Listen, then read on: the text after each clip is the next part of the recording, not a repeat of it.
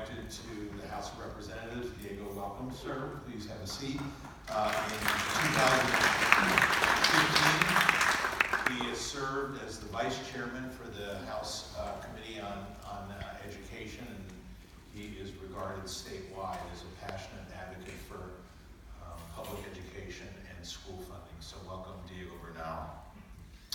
Sheriff Javier Salazar was elected Bexar County Sheriff in November 2016 after a 23-year career with the San Antonio Police Department. Started out as a patrolman. Javier, thank you so much for coming. Have a seat. I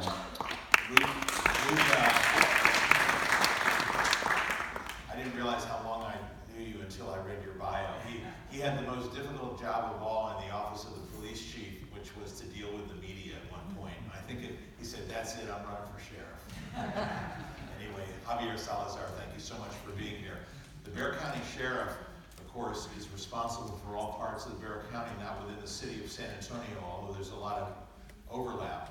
But one of the principal jobs he has is running the adult detention facility, which is better known as the Bexar County Jail, and the annex. And how many people are in there tonight, Sheriff? 41. Is it on? There we go. It is on. 4,154. So there's your greatest residential density in downtown San Antonio, or people behind bars. And that jail was not built for that many people.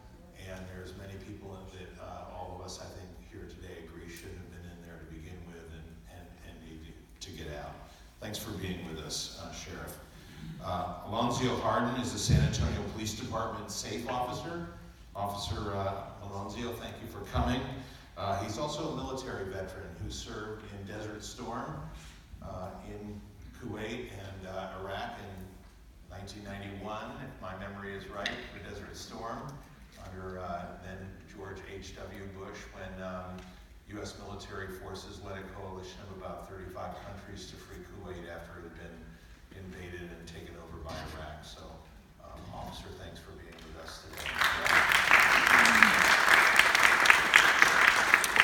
Peter Stephenson is a staff attorney with the Texas Civil Rights Project. He's joined us from Austin today. So, Peter, we appreciate you coming down I-35 tonight, and I guess we appreciate you having to go back up I-35 tonight, too. It's never any fun. He focuses on issues touching on nearly every aspect of the criminal legal system. He's one of the team of lawyers, organizers, and community members that has fought to humanize the Harris County bail system and end the practice of wealth-based pretrial detention across the state. He also works on litigation and research aimed at improving how our jails treat people with mental illness, ending the practice of solitary confinement in the Texas prison system, and bolstering fundamental rights and liberties against the rapid pace of technological change. Peter, welcome, and thanks for coming down from Austin. And finally, Adrienne Mouse is here tonight as a person also impacted by the system. She now works for San Antonio Fighting Back, which works to reduce alcohol and substance abuse in the community. That's a nonprofit. Ms. House has an Associate of Applied Science and Allied Health from St. Philip's College and is certified for community health care, medication aid, and nursing aid. So, Representative Bernal, let me start with you at the state level. What's the biggest political impediment to reforming the Texas prison system? I think that it's a political question at all. I think the first part is that as long as people can make money off of it, they have no interest in shrinking it. I think a lot of what we're talking about is making it smaller, right? Fewer people for fewer reasons, but as long as there's money involved, I think there's an issue there, especially when you've got the time between elected folks and campaign contributions. But the other is that, and this goes back to your mention of poverty, which is something I want to talk about later on, but I think that poverty in the city and throughout the state is such an intervening factor, and it is a multifaceted factor. In some ways, someone finding themselves incarcerated is the confluence of all those factors. And so until we're willing to understand and invest in solving those issues, we can talk about education, we can talk about healthcare, we can talk about upward mobility, we can talk about redlining, we can talk about access to social and real capital to purchase a house. As long as we're not willing to talk about those things, we will have a system, I think, that looks like this. And so that's not a very sexy message if you're running for office. A lot of people who run for office are often laser focused on a group of people, usually primary voters, which tend to be sort of upwardly mobile or middle class. And these are not the issues that they're thinking about. And so, honestly, aside from everything I just said, I think you need a cadre, you need an armada of people who are elected who are willing to lose if their message falls on deaf ears, but are willing to give it a shot. Because until there's a willingness in large enough numbers to really change something, knowing full well that it doesn't really benefit their voter base, right? We're honestly talking about people who can't vote, that we've forbidden from voting. As long as we're willing to say, look, thank you for your vote, you've put me here, but these are the people who need the most help, who are the least among us, who are the last and the lost. That's what we're going to focus on. As long as they're willing to tell those people they're going to focus on these people, I think we'll be where we're at. Thank you, Diego. Sheriff Salazar, what's the biggest challenge in running the Bexar County Jail, and what changes do you envision for the future, particularly after we heard from our district attorney how much they're trying to change it at that end, but there you are at the other end. Sure, well, the sheer numbers of people that we're dealing with, 4,154 people in the jail right now. Let me give you some numbers just for perspective.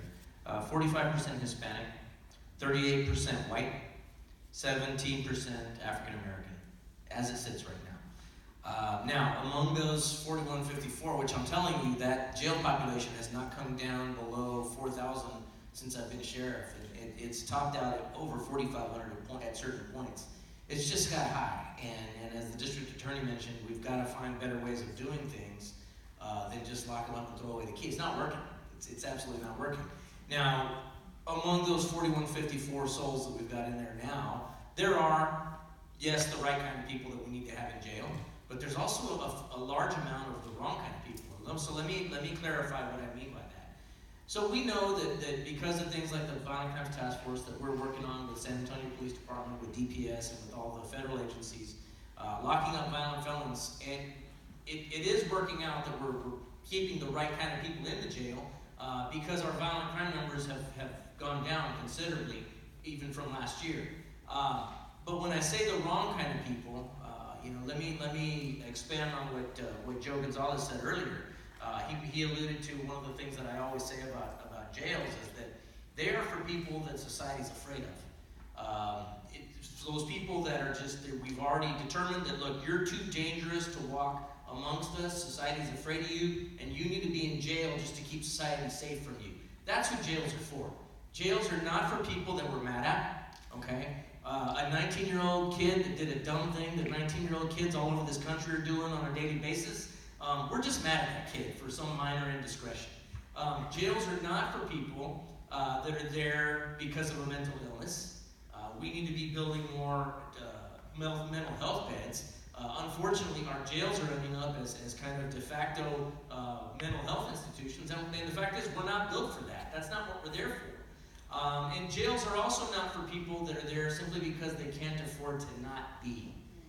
So those three categories, what I'm talking about, that's what we've just got way too many folks locked up in the Bexar County Jail. Now, what are we doing to try to, from my perspective, what are we doing to try to dig our way out of that? Well, we're working with fellow stakeholders, and so one of the things that I'm proud to say that we've been able to do is we've doubled the number of jail programs available to our inmates. So what's a jail program? Well, job training, trying to teach them some kind of job skills, trying to teach them some job interview techniques, teaching them how to approach a job interview, how to tie a tie. We're even teaching them how to tie a tie and how to conduct themselves in a job interview. We're bringing in people that are teaching them these skills.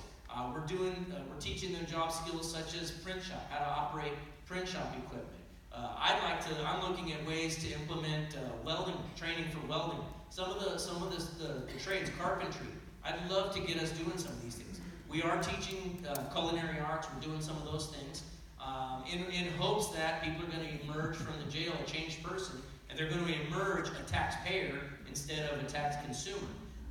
We're also doing things with Texas Organizing Project. I saw them set up outside and Move Texas. We've created programs such as our civics classes that we teach for inmates. That was something that they came up with the curriculum. But what we're teaching people is what all is involved in government and how do you get involved in government. We are registering them to vote, and at some point I do foresee it that within my term, if not my first term, certainly within the second, we'll see polling sites in the Bexar County Jail. We're working really, really hard to do this. If you empower these folks to take an active role in bettering their life on the way out the door, then they're less apt to come in because they appreciate they work for it that much harder. So certainly one of the best things that we can do is keep these conversations going. And so I'm happy to be here, and I appreciate the opportunity to come out with y'all tonight. Well, we're happy to have you here too. If you need somebody to come in and teach storytelling, I know where you can find a guy. Absolutely. I'd love to come in and help people learn how to tell their stories.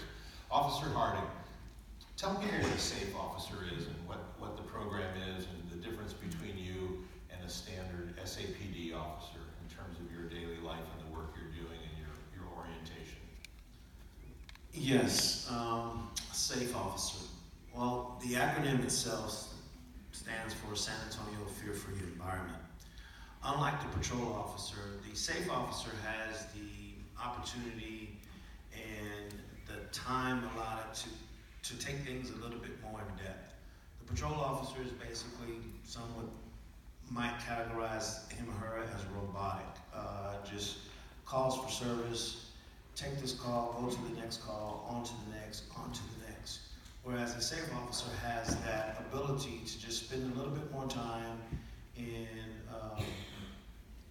getting to the bottom of an issue, getting to the bottom of a problem, and also having that ability to strengthen that community relationship with the police, whether that is through just talking to kids in school, traveling with council representatives out in the community that they serve.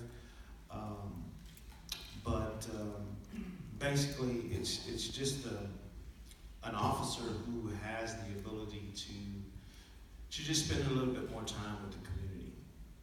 Yes. I would be remiss if I didn't say what is on my mind now that I have the mic. That is why you're here. This is why I'm here. I'm not here this evening to give you a bunch of numbers, talk about my accomplishments from bachelor's degrees and all that, fighting for my country.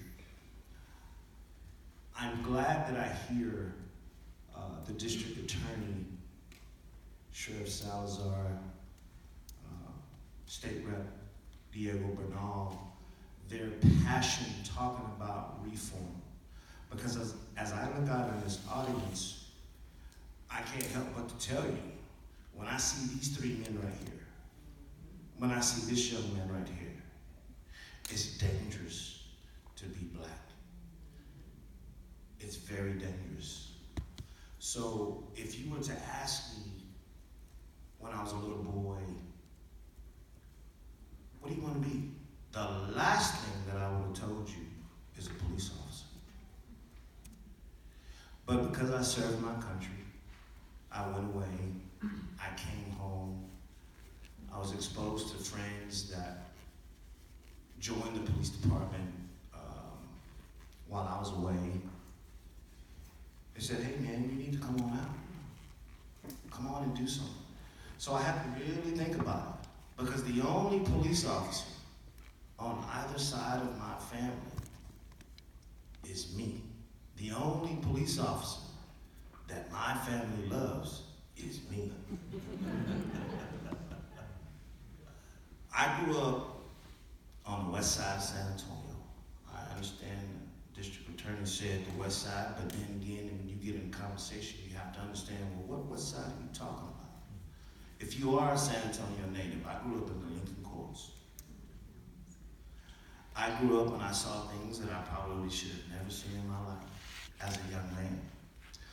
But God be all the glory. I had parents that had good jobs and was able to take me out of that environment. So the biggest thing that I say to the youth that I get a chance to speak to out here in the streets, it's exposure. if you continue to allow yourselves to be exposed to what you may believe is normal, then that's the life that you're going to live. With that being said, thanks to my parents, I went from the Lincoln Courts out to China Grove, Texas. I don't know if y'all know where that is, but I went from playing baseball, kickball to, you want me to join the 4-H club? What is that? You want me to raise a turkey, a pig? I don't know nothing about that. You know, so mass incarceration, I believe that's what brought us here tonight. As a black man, I see how it's affected this community. I can take it back all the way, and you know, now that I'm a little bit more educated and I've been out here in these streets, I've seen things. I'm seeing it from a different side of it now because I'm on the law enforcement side. But it's still reality for some. I'll share a quick story with you because I don't know how much time I got. I was doing my safe duties. I was out patrolling a school zone, and I happened to pull over a young man who was going a little bit too fast in a school zone. Got to do my job. Pull him over. We get to his house. Well, we ended up stopping was at his house, and he had 3 kids in the back seat. Without embarrassing him and stuff like that, and still doing my duties and finding out that he was actually a wanted individual, black man. We talked. I told him what we had to do, but I said, I tell you what, you get your kids out of the back street, get your kids out of the back of the car before I have to do what I have to do, because I don't want to embarrass you. Give them respect. Just because they're wanted, just because they have a criminal history, they're still human beings. But on our journey down to the magistrate's office, I took an opportunity to have a conversation. I had the opportunity to look at his rap sheet. You know, we get all the information, we see everything that he's doing, and I say to him, aren't you tired of going to jail? His reply to me was, this is all I know. What do you say to that? So with that being said, that's just one of the small things that fuels my passion when I'm out here in the community, in the streets, when I'm talking to people, when I'm talking to young black men, telling you how to survive, telling you what you should be doing. Because it's a target. It's also a subject that many don't want to talk about. Okay, if you talk about mass incarceration, you can talk about things like, you know, where did it all begin? Many of you, how many of you in here know about June 19th? Okay, that's good. With that being said, after you are freed and you're going out to the streets and you have nowhere to go, and then all of a sudden somebody comes up with a law called loitering, what then happens? You get arrested, you go to jail, you go back to the plantation. You go back to something that you were just told you were freed from. So it's a mindset that we need to continue to address. And like the DA said, it's a big ship to turn around. It's a huge ship to turn around. And as long as I jump in here pretty quick, Officer Hardy. Yeah. Your message is a powerful one, but I want to get to go ahead. Yeah, and I'm here afterwards. We can talk afterwards. Well, we're going to have a conversation among all of us as soon as I give Peter and Adrian a chance to talk as well. Good deal. I want to hear whether or not you're an optimist as you listen to other people, Peter, talking about a system that's badly needed reform. You're in the system trying to change it in the courts. How is it going? What are the prospects? I think I have no choice but to be an optimist, but it's going well in some places. It's not going as well in others. One of the things that I can say about the work that we've been doing in Harris County, particularly for bail reform, and I'm glad Dr. Evans brought that up at the very beginning, because I think bail reform is one of the most important topics that we can talk about in the criminal legal system today. Harris County has changed in monumental ways in the way that it treats people who have been arrested but have not been convicted of any sort of crime yet. And that work could not have been done. It's not just lawyers who are fighting this, it's organizers and it's members of the community who are taking the time to educate themselves and speak out and go to commissioners' court meetings and speak with their local representatives about why bail reform in particular is so important. And being a part of that, there's this one piece of information that's really stuck with me about that conversation. You take two people, both have been arrested for the same low-level, nonviolent misdemeanor offense. One of those people, you release immediately. They never go to court, they never spend a moment in jail. The other person, they spend some amount of time in jail. It could be a day, something as short as that. The person who spent any amount of time in jail is around 70% more likely to commit another crime in the future. And I think that statistic has a really important story underlying it for two reasons. The first is that when someone is arrested and held in jail, you can think about all the places that they're not because they're in jail. They're not with their families, they're not at a job, they're not taking care of someone who they may be a primary caretaker for. They themselves may not be able to get critical medical treatment during that time period. And ultimately, that idea of holding someone in jail pre-trial is something that works an incredible amount of harm, of course, against that person, but it also wreaks significant damage on the community as a whole because of the people that they're not with, because of the places that they aren't, because of the jobs that they're not in, and the people that they're not able to provide for because they're in jail. And then the second aspect to that story is that being in jail itself is horribly traumatizing for people. Of course, we can talk about, and Sheriff Salazar, you acknowledge that jails are not places for people with mental illness. Absolutely, I couldn't agree more.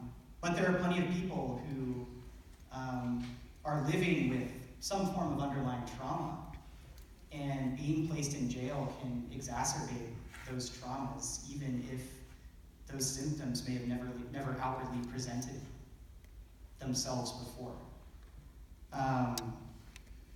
And so the idea behind bail reform, I guess the final thing that I'll add too is, we talked about the proportion of people who are held in jails and prisons across this country and in the state. One important thing to recognize is that nationally, it's about 70 to 75% of people who make up the jail population are held there pre-trial, which means that they are still legally presumed innocent. That's a significant number, and it represents a really, really significant opportunity to decarcerate our jails, to place people back in their communities. And at the end of the day, that's why bail reform has been so important, and that's why we're seeing movements in Harris County and in Dallas County and Galveston and Bexar County. And that's why I hope to see that movement take on much more momentum in the legislature and other localities and municipalities throughout the state to really think about adopting really progressive reforms that will stop taking people out of their communities and ensure that we're thinking more about how we can restore these communities by ensuring that they never leave in the first place. Thank you, Peter. I appreciate that.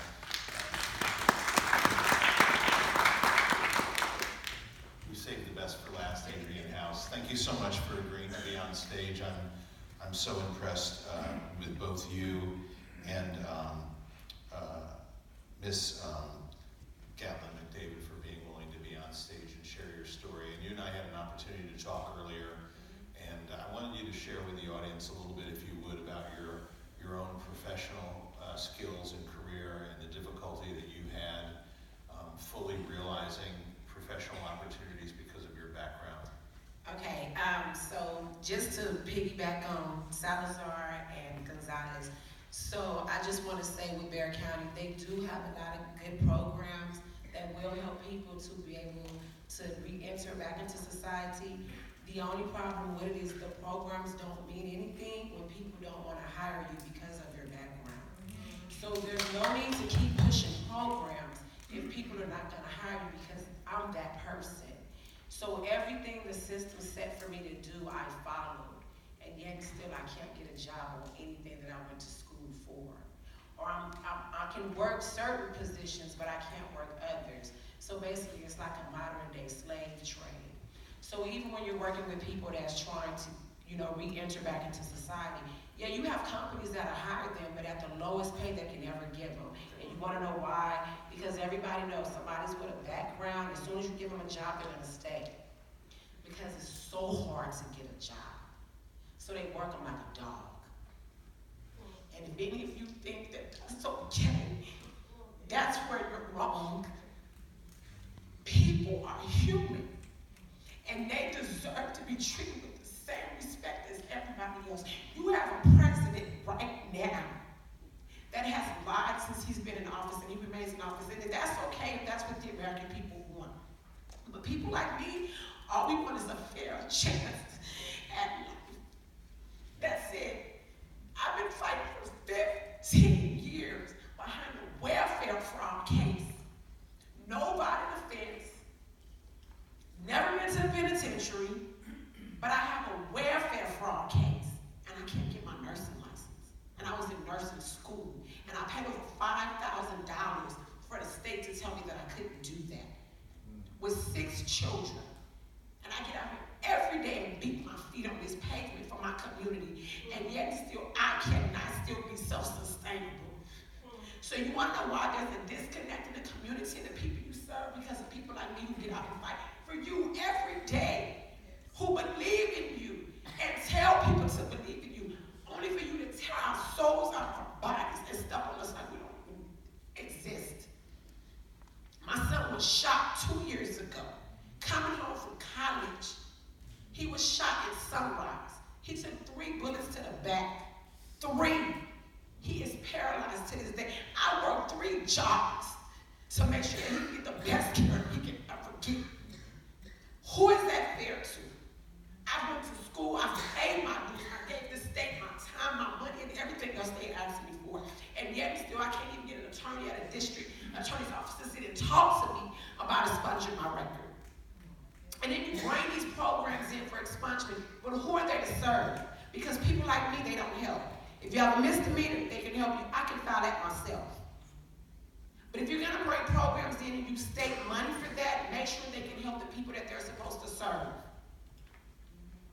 Because all we're doing right now is just talking. There are people in this room right now that can make a difference. And if you really, really want to make a difference, it is time for you to step up and make that difference. Because we can talk all night. But while you talk, my 3 girls are sitting at home waiting for me to come back to see them. And some nights I don't even get to see them.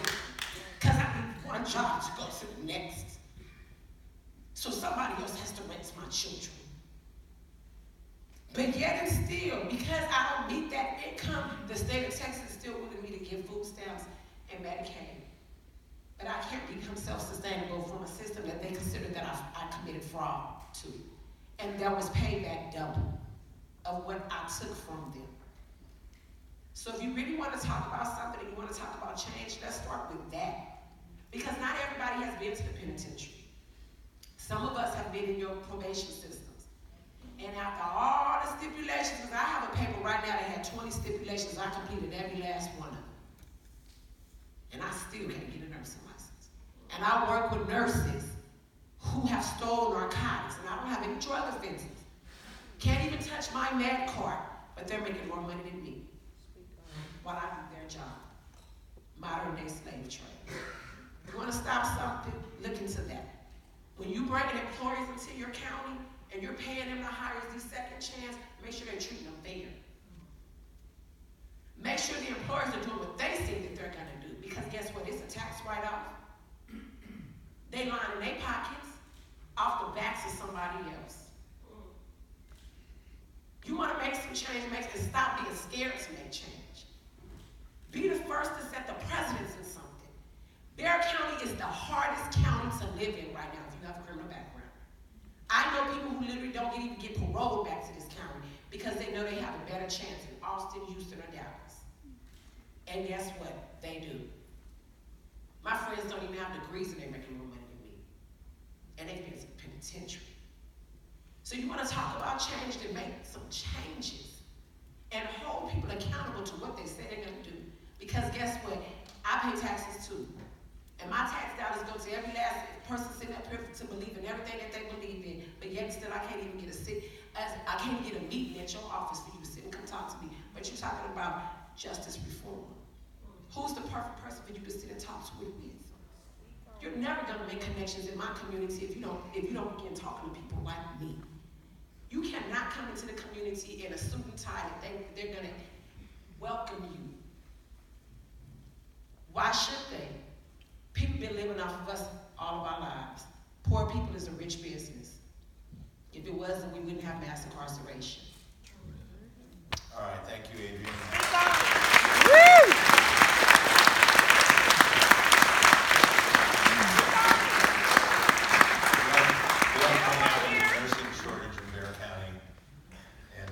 Someone here that's ready to go to work and get her license. I wish I knew more about the law to find out why can't she expunge her. Moral turpitude. That's what the board of nurses says. It's called moral turpitude. But somebody needs to question their standing in moral turpitude. When you have nurses that are stealing narcotics from hospital systems because they're stressed, because they're breaking down, because they're working a lot, because there's a shortage in nursing, why don't you question their moral turpitude? My crime is welfare fraud. I forgot to report my earnings, and the state of Texas has been on my tail for 15 years for that. Okay, in case you don't know, we're collecting questions from the audience. If any of you want to fill out a note card, I'm going to go to those questions right now. And Sheriff, I'll ask you the first one that comes to mind, and that is someone in the audience is asking on the question of mental health and using the jail to incarcerate people with mental health problems. That in turn has led to a number of suicides in the jail. Would you talk a little bit about the situation in the jail, how you're addressing that, how it happens? Sure. We've made some changes with regard to that, and look, we've seen the numbers come down. The year before I took office, I believe there was a total of 6, if memory serves, 6 suicides. My first year in office, we had 2 successful suicides. Last year we had 1. And then this year we've had 2, and right now there's a young man on life support that this past weekend made an attempt, and thankfully our deputies were able to get in there and get him cut down quickly enough, but we'll see if that sustains, if he's able to pull through. We're certainly hoping for the best, because there is a family hanging in the balance right now. But we've seen the numbers come down, and the reason we've seen the numbers come down is we've taken a more proactive approach since I took office. Before I took office, what they did basically to gauge your propensity towards suicide was they'd ask you 4 questions at booking. Standard 4 questions, are you suicidal? Have you ever been suicidal? Are you on medications? Things of that nature. So they'd ask you those 4 questions.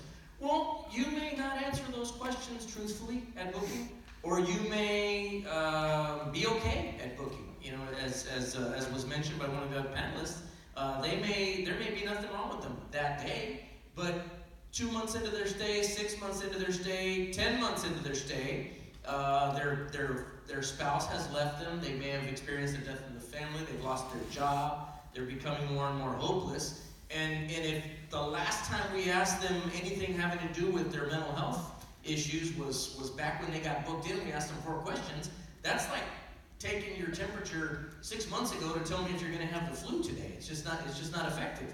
But if we haven't done anything proactively since then, and the wheels are starting to come off, you're in deep trouble at that point. The nightmares are coming up. If you're a PTSD vet, for example, the nightmares are starting to come up, and if you don't get some treatment, if somebody doesn't come and find you, you may not go to ask for help. So some of the things that we've done, for example, is we've enlisted the help of the families.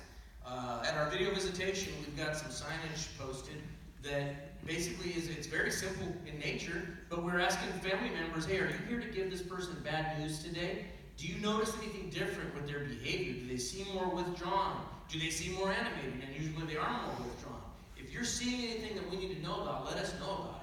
But the other thing that we've done is we created a specialized team of deputies in the jail that all they do is mental health, deal with mental health issues. So we've got the BCSO, the SAP's also got a very talented group of officers and deputies that are out on the street. They're out doing mental health stuff, and they dress differently. They get a lot of press coverage because of what they do, and they do a great job. Both agencies do a great job out there on patrol. They wear a different uniform. They wear a soft uniform. They drive unmarked vehicles. They have specialized training to deal with mental health issues, to divert people from the jails. So that certainly helps. But what we're trying to do is get people that they've slipped through the cracks for whatever reason, and now they're in jail and they're a suicide risk. So we created a parallel team. We created a group of detention deputies